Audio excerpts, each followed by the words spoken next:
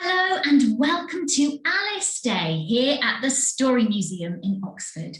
Alice Day is a fabulous celebration which happens every year when we get to discover all the magic of Alice in Wonderland and Alice Through the Looking Glass. And this year I am joined by the incredible Chris Riddell, who has just illustrated a beautiful new edition of Alice Through the Looking Glass. Welcome, Chris. Very lovely to be here. I'm not, despite what this looks like, in a steamy bathroom. Are you sure? My camera is just a little bit soft focus.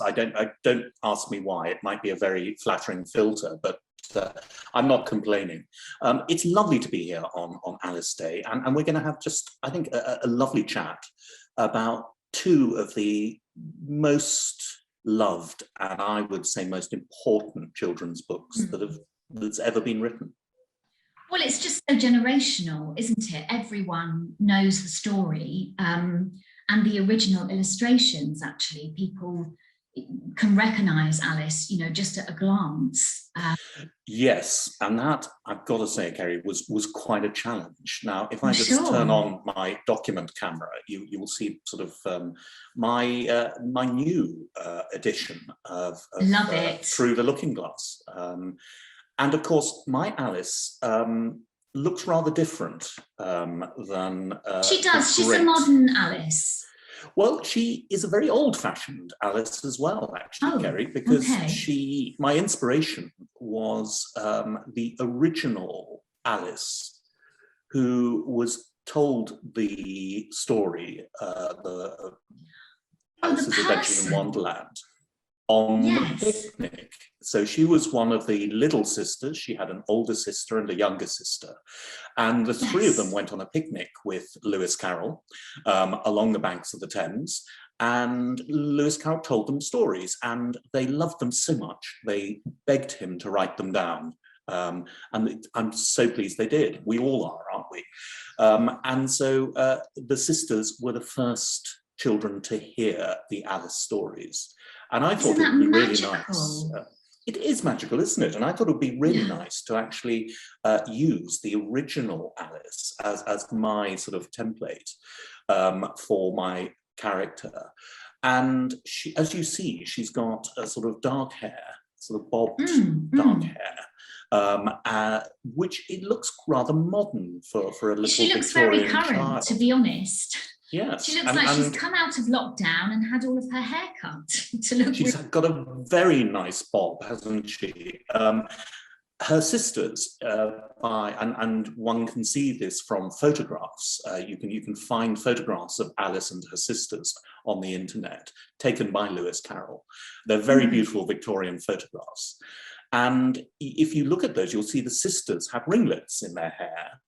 And sort of bobbed hair. So even at that point, she was an individualist. And I think this is probably why Lewis Carroll made Alice the center of the stories rather than the sisters, because I think even back then she was a little girl with great personality. And I wanted to reflect that in this new edition, much as I love the Alice of Tenniel's depiction of Alice. It's iconic, isn't it, with the blonde hair and the Alice band. I wanted to get back to something a little bit different.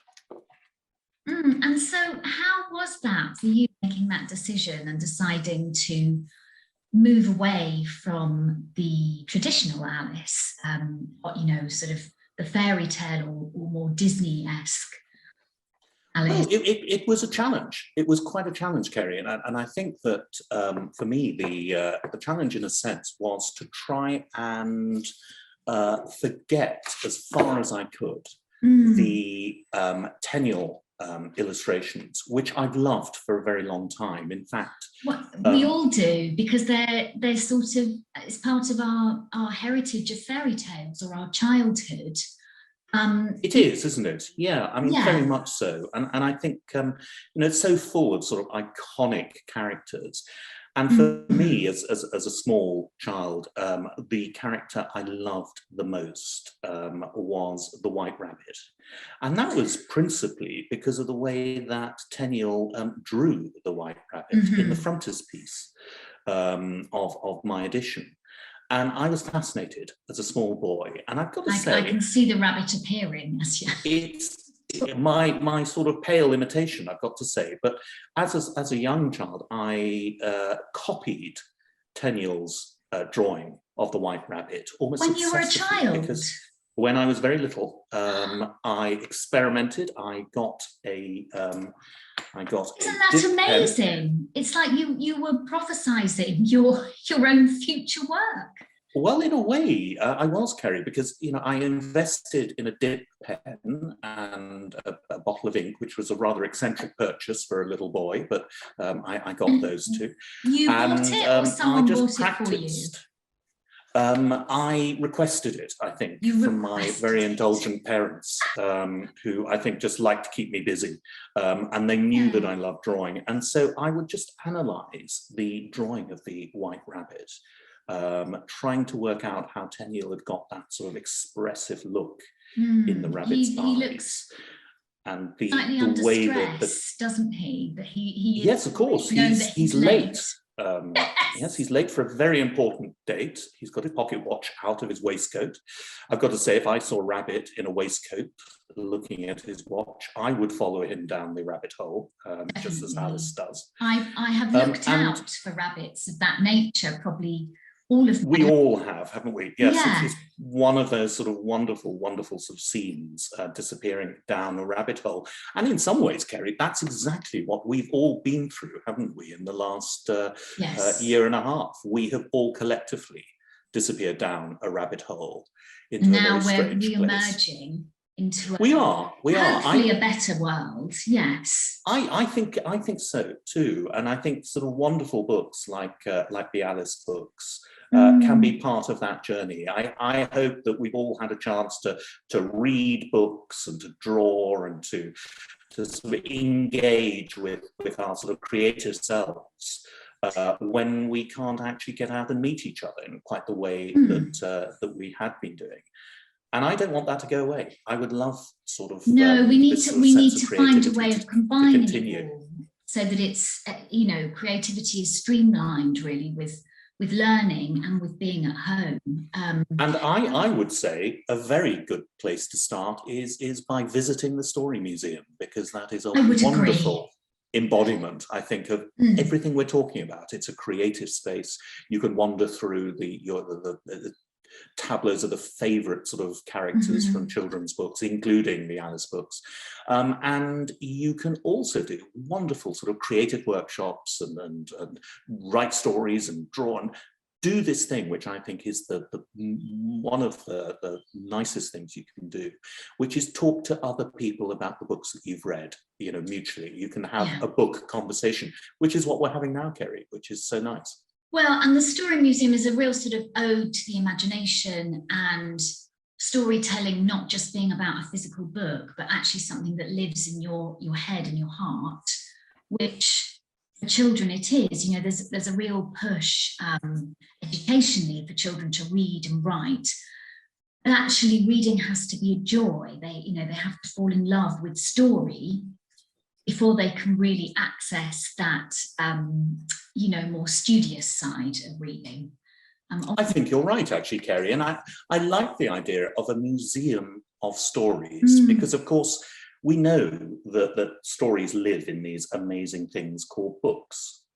And these wonderful things called books have words in them, they have good conversations in them, and they have pictures. Because we all know, what's the point of a book without good conversations and pictures? Alice would recommend that as a starting point. And for me, when I first saw the illustrations in Alice in Wonderland, as it was read to me by my mom, it first didn't just arrive as if by magic with words and illustrations in them. But somebody wrote the words and somebody else did the pictures. And at that stage, as a 6-year-old, 7-year-old interested in these things, I thought, that's what I want to do when I grow up. I want to be the person who draws the White Rabbit. And so all these years later, I've got to say it was such a thrill to be invited, yes, to illustrate these two amazing books that was so influential. And can I just say, it's so beautiful, and I love what you've done so much. And when I look through the book, I looked through it with my daughter, and I just found it really moving, actually. So my sort of experience with Alice is that I wanted to be Alice. And I looked sort of similar to her when I was little. And my grandmother read me Alice in Wonderland. I've actually never read Alice Through the Looking Glass until now. So I'm super excited to read that with my daughter. She's a bit older, she's 12, but she, absolutely loves stories. And that's wonderful to hear, Cerrie, because this will be exactly the person that I illustrated this book for. Is someone like your daughter who maybe won't know the story very well at all, and it will be read to her, and she can go on this journey for the first time. So we know the first one almost by heart, but this one, of course. I don't know why, but we just haven't. We haven't read it, and so I think I've got to say, edition, Cerrie, what I was given here, which was sort of very special in a sense, was I was given 300 pages to illustrate. So that meant I could illustrate everything that I wanted to illustrate in the book. I could leave no stone unturned, as it were. And that freed me, I think, from worrying too much that I was redrawing Tenniel's illustrations, because I could draw things that Tenniel didn't get a chance to draw. I love the this whole sort of idea of the messengers. The Hatter. Well, the Anglo-Saxon messengers are called Hatter and Hager. And Tenniel decided, and I don't know whether it was Tenniel's idea or Lewis Carroll's idea, but he decided that Hager and Hatter would be the Hare and the Hatter from Wonderland. And so they are the characters, just like Alice. I love the flowers as well. The lily and the rose, I love them. I've actually got some really exciting requests for you, Chris, if you feel like you're up for the challenge. Look, are we talking about some live drawing, Cerrie? Because we are. I seldom draw in public, you know that. Well, I think you can make an exception for Alice Day. I will. We can convince you to do it. So I have some lovely requests which have been sent in from very keen Alice lovers. One is for a live flowers campaign for climate change.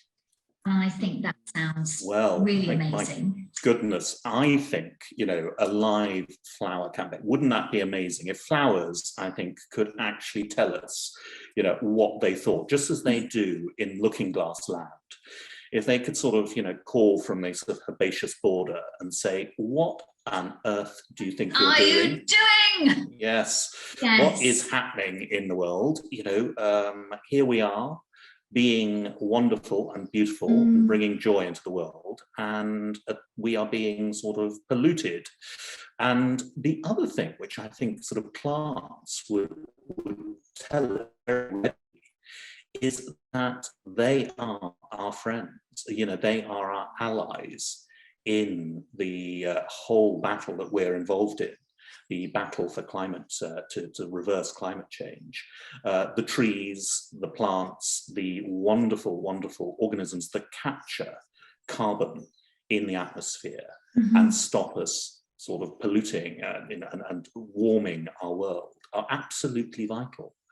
And I think if flowers could talk, they would tell us this, and maybe we could actually, I love the idea of Boris Johnson being told off by a tiger lily. A bunch of roses, I think so. But maybe not roses, because he would get very political about that, but a tiger lily, he wouldn't be able to resist. Tiger lily, I think, is quite sort of, forthright. And then, of course, tiger lily could be backed up by a whole bunch of very small daisies, possibly called Greta, who could possibly. they could sort of give him what for, and actually say it's about time we had a green agenda going on. Otherwise, and I love the lily on the front cover of the book, and it was only at a second glance that I saw you've drawn the face. I just looked at it the first time I saw it and thought, oh, beautiful. And then when I looked a little closer, I actually saw that, yes, she's a person, or he, and has a face. Yes, and something absolutely. to say. Yes, I mean, that's an interesting one. I think sort of flowers, in a sense, are wonderful because they are sort of multi-gendered in that sense. They are just rather beautiful, I think. Yes. And it's in Through the Looking Glass, by contrast to the Adventures in Wonderland, The Looking Glass is a winter book. And when we start, yes. Alice is in the sitting room in front of the fire, and with winter her is cat, outside. Or kitty. With her cat. It's one of those lovely sort of cozy. Sort of winter afternoons that sort of really where you stay indoors and find things to do. And of course, Alice looks around her sort of sitting room and sees this the mirror, and looks at the mirror and just idly thinks, I wonder what is on the other side of the mirror. Look, there seems reflected back at me is a room just like this one. And so she does this very natural thing for a curious child. She climbs up onto the mantelpiece and steps through the mirror into a looking glass world. And when she does that, she leaves winter behind and walks out of the mirrored door in the room and down a staircase and out into Looking Glass land and through a garden. And that's where she meets the flowers. And I think in the Looking Glass world, the flowers can talk. And if flowers could talk in this world, what better subject to talk about than climate change? Yes, because really that's the future battle that young people are going to have. And, stories can equip you for so many things. They can encourage empathy and understanding. So I just love that suggestion from Sophie. Thank you, Sophie. It's a really, really gorgeous suggestion of flowers, wanting the world to change and humans to stop being so careless with the planet. Flower power, I think it's called. Flower power, yes, indeed. We also have a fabulous request to see the lion and the unicorn volunteering at a food bank, and that request has come from Haddy. And I think that's really lovely and really my favorite characters, actually. I'm going to say this a lot, Kerry, so to forgive me, but because they're all my favorites, really. This is the trouble. Everyone loves a unicorn. Everyone loves a unicorn. Unicorn. I love a unicorn. I also love a lion, I've got to say. I've got a little confession to make as I draw my lion. I read The Lion, the Witch and the Wardrobe when I was in year 4 and absolutely loved it. This is a good story museum story, I think. I love the Lion, the Witch and the Wardrobe. And I had what the Story Museum, I think, encourages, which is a conversation with someone else who had read The Lion, the Witch and the Wardrobe. And we were having a lovely chat about it. And I remember saying to my friend, I loved that bit, that it's a very scary bit where Alsatian is on the altar, that stone altar, and the witch is about to sacrifice him. And my friend said, who? I said, Alsatian, he's on the stone altar and he's about to, he said, do you mean Aslan? And I said, I might do. And then I went back to the book and I checked, and I realized that all through the book, because I'd read it to myself in my head, I had read Aslan as Alsatian. And do you know what? It's quite a fitting name in a way. That's what I thought. I thought, what a cool name for a lion to be called after a German Shepherd dog. What an amazing name. But to me, Kerry, this is the wonder of reading, I suppose, and the way that books become our own. The books like the Alice books become, when you read Through the Looking Glass to your daughter, it'll become a book you share together, and it'll be your book. And with Narnia, when I read Aslan as Alsatian, forever afterwards, he will He's always Alsatian. be Alsatian to me. Yeah. That's just my personal thing. I don't apologize for it. But of course, as you say, everybody loves a unicorn. And my other job, Kerry, a little bit like the great John Tenniel, my other job is as a political cartoonist. And John Tenniel, when he wasn't illustrating the Alice books, he drew cartoons for Punch magazine. And every week he would draw a political cartoon. He would draw Bismarck, a German statesman looking a bit like the walrus without his carpenter. He would draw Queen Victoria looking like the Queen of Hearts. He would often draw lions and unicorns doing things, you know, in his political cartoons.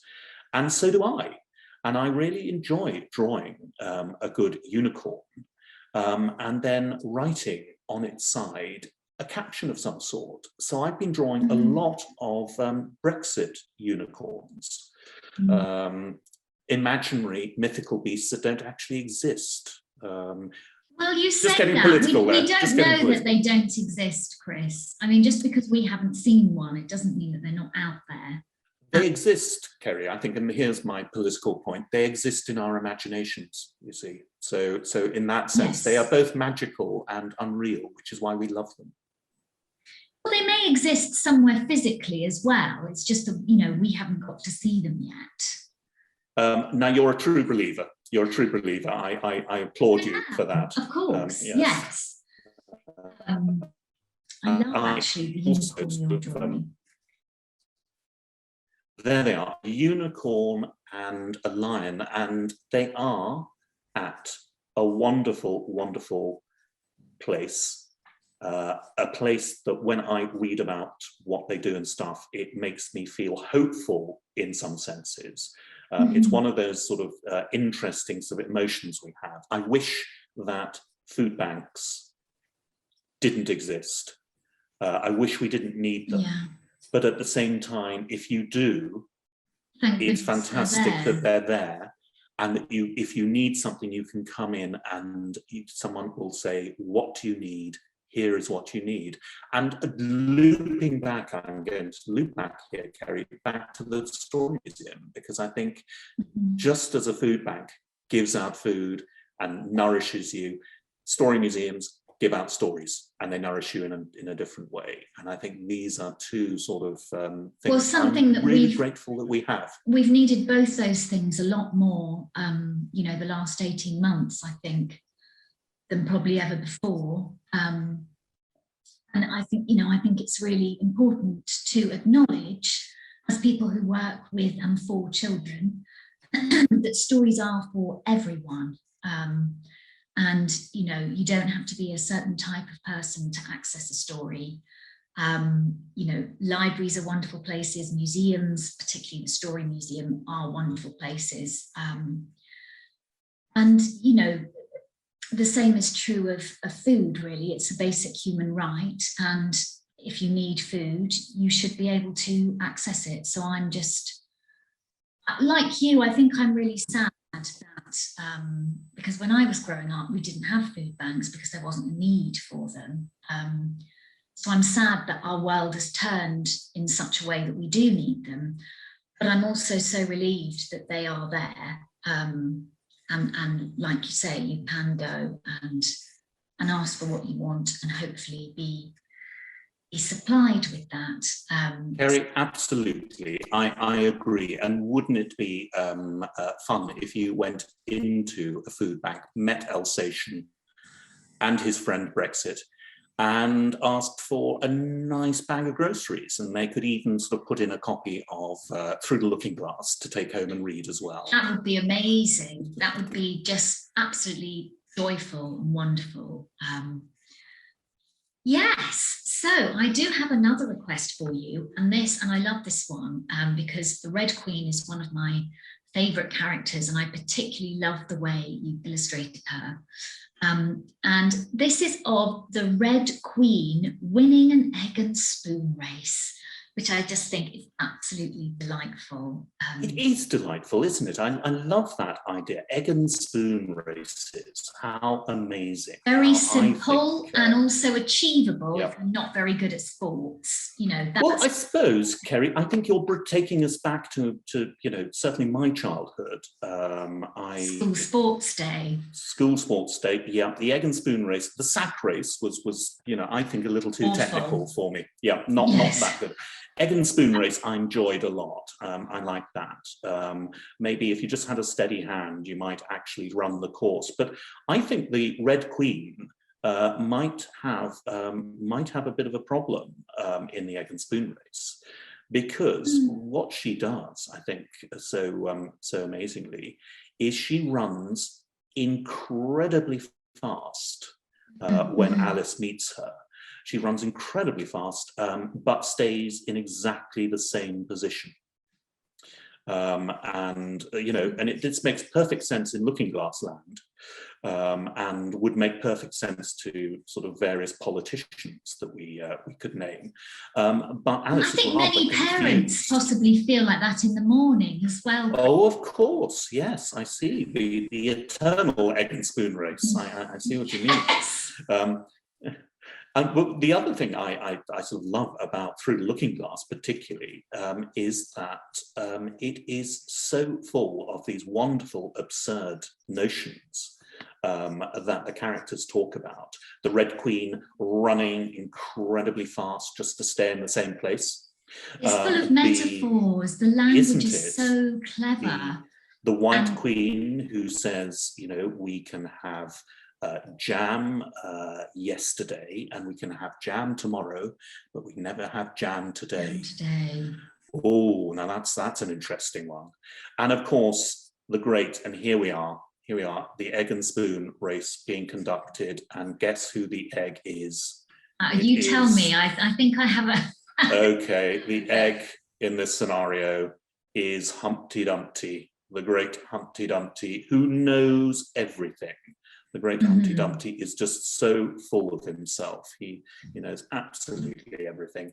And to Humpty, words mean exactly what he wants them to mean, neither more or less.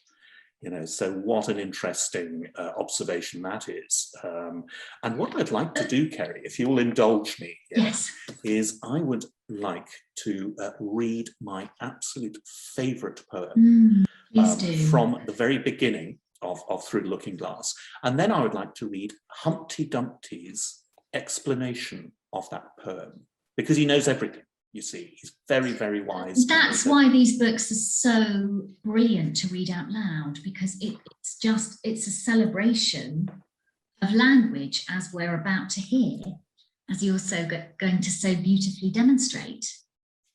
And here we are.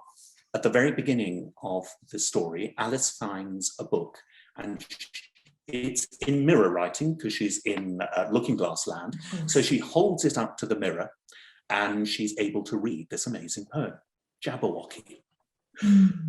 'Twas brillig and the slithy toves did gyre and gimble in the wabe, all mimsy were the borogoves, and the mome raths outgrabe. Beware the Jabberwock, my son, the jaws that bite, the claws that catch.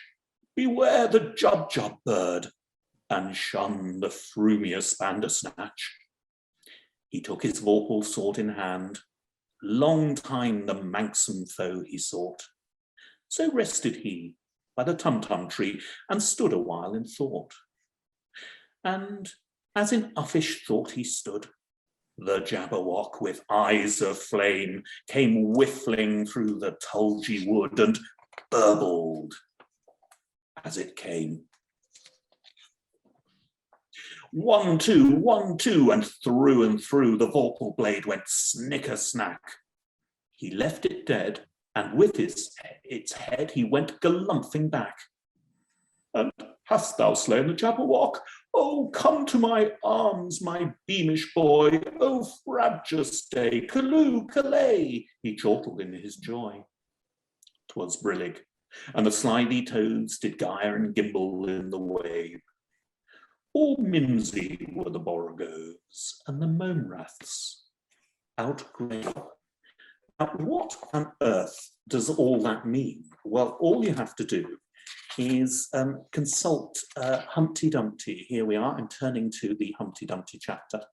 And Humpty is very good at explaining what words mean. And it's Alice just fabulous language play, though, isn't it? It's just all of those words that you sort of chew over in your mouth, and to say that poem out loud as a child. Very chewable words. Now that's a good word for it. It exists within its own right because it's so expressive. It is. You seem very clever at explaining words, sir, said Alice. Would you kindly tell me the meaning of the poem called Jabberwocky?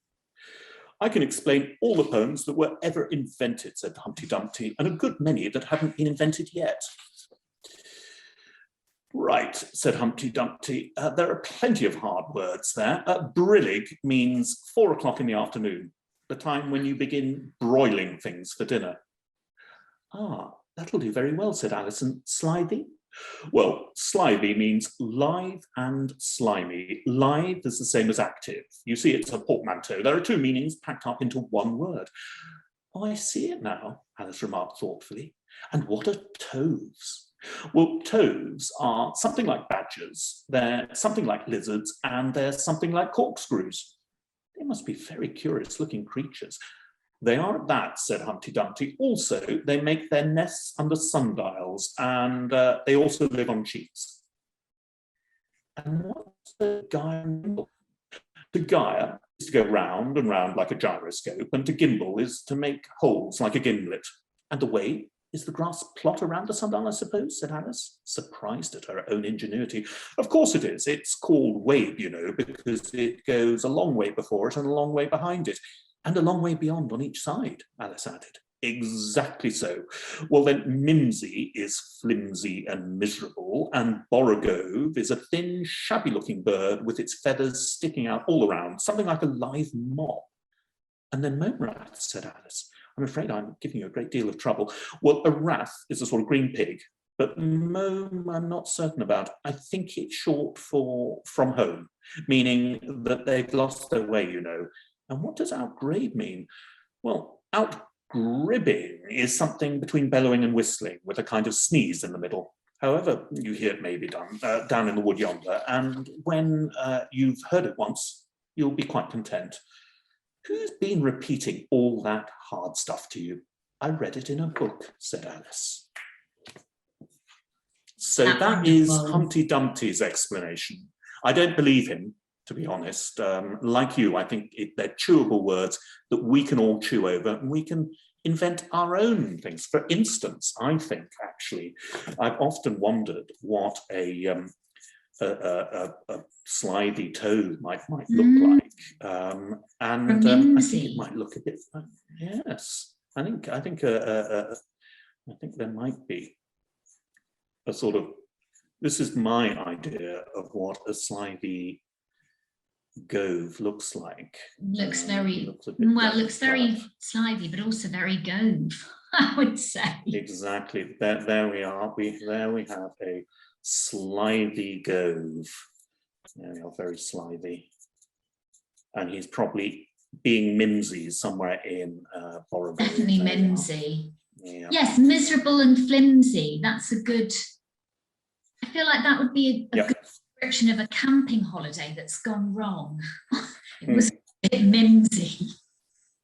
That's right. And with these two, you know, it probably has gone wrong. There we are. Yes. As I say, my other job is as a political cartoonist. So I see where we're going. Oh, yes, I'm afraid so. There you are.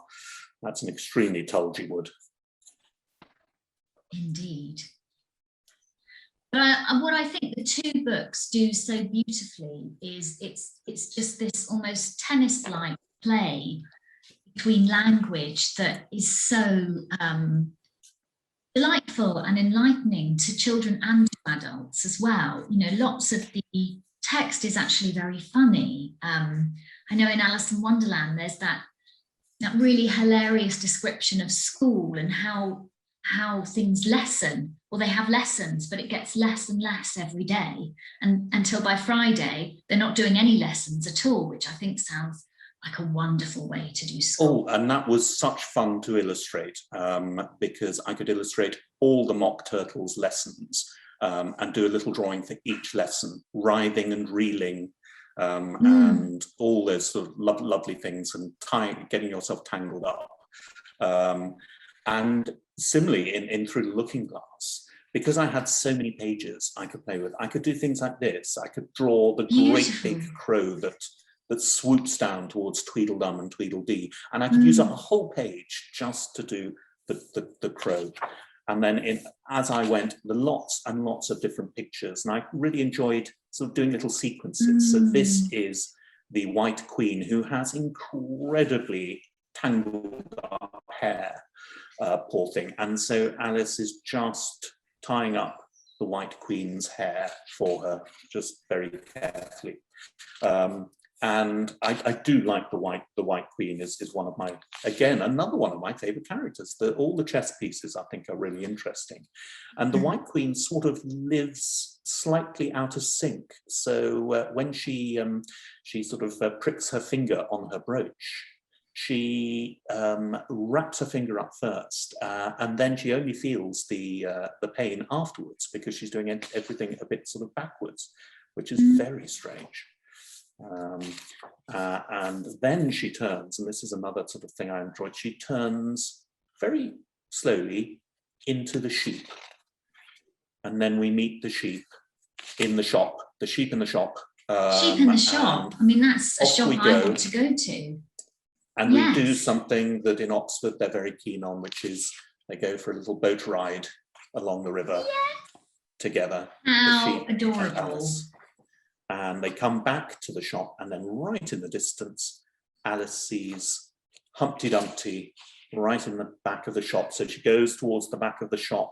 She steps from one chess square to the next and finds herself in the square occupied by Humpty Dumpty. And one other thing, this is for students of the book.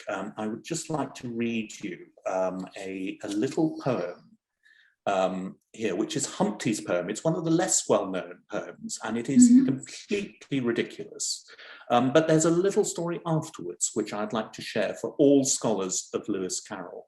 All scholars, okay. Absolutely. So this is Humpty's poem. He's described, you know, what he thinks of the Jabberwocky. Well, this is his poem. I sent a message to the fish. I told them, this is what I wish. The little fishes of the sea, they sent an answer back to me. The little fish's answer was, we cannot do it, sir, because... I'm afraid I don't quite understand, said Alice. It gets easier further on, Humpty replied. I sent to them again to say, it will be better to obey. The fishes answered with a grin, why, what a temper you are in. I told them once, I told them twice, they would not listen to advice. I took a kettle, large and new, fit for the deed I had to do. My heart went hop, my heart went thump, I filled the kettle at the pump. Then someone came to me and said, the little fishes are in bed. I said to him, I said it plain, you must wake them up again. I said it very loud and clear. I went and shouted in his ear. Humpty raised his voice almost to a scream as he repeated this verse, and Alice thought with a shudder, I wouldn't have been that messenger for anything.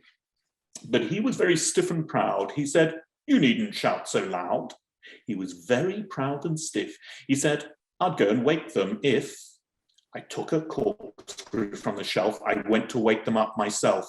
And when I found the door was locked, I pulled and pushed and kicked and knocked. And when I found the door was shut, I tried to turn the handle, but there was a long pause. Is that all? Alice timidly asked. That's all, said Humpty. Goodbye. Interesting poetry reading. But then we have this lovely little conversation at the end of the book. And I just love this. This is a sort of discovery when you have so many pages to illustrate. You come across little things that you might have missed in the original reading.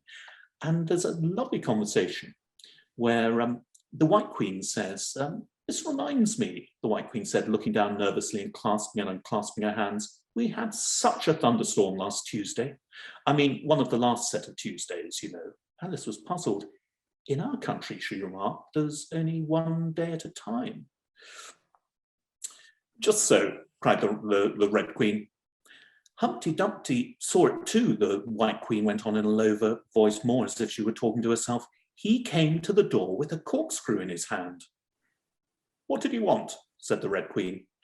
He said he would come in, the White Queen went on, because he was looking for a hippopotamus. Now, as it happened, there wasn't such a thing in the house that morning. Is there generally? Alice asked in an astonished tone.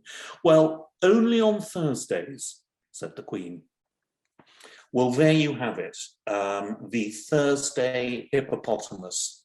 So I love the White Queen's Thursday Palace, hippopotamus. Thank you so much, Chris. That was just absolutely lovely. And I feel like you've had quite a journey with this story, actually, and you sort of re-fallen in love with it and been able to really pick out all of the really kind of secret, nuanced pieces that we often don't see in illustration, like the Thursday hippo, and just really gone to town and made the book even more beautiful and memorable.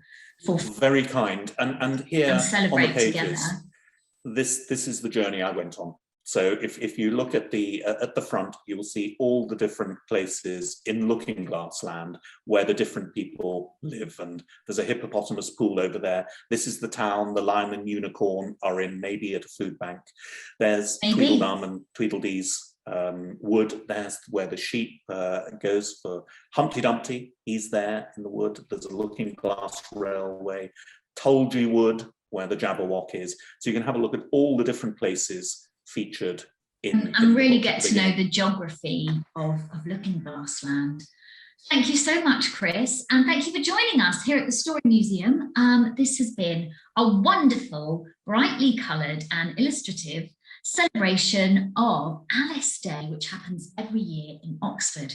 Obviously, this year we are celebrating online, but next year, hopefully, we can all be there and we can dress up as sheep and take a little ride on the river in a boat. Wouldn't that be lovely?